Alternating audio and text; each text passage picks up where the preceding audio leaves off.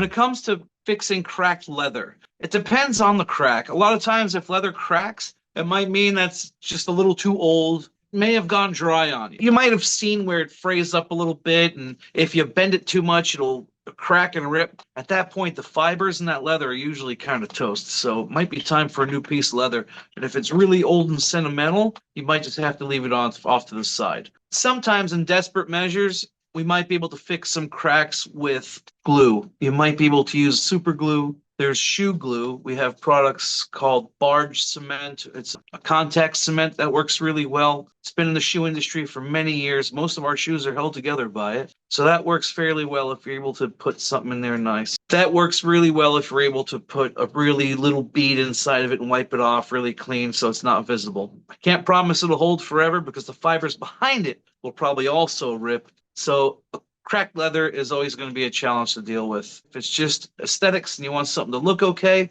we could try products like Angelus leather paint if you could find the right color match. Magic markers. If it's black leather, Sharpie actually works pretty well. There are several products you might be able to use. Shoe polish. But even if you are to try and reintroduce moistures to leather that is completely dry and cracked at this point, the efforts may be fruitless. The leather could be destroyed by then, unfortunately.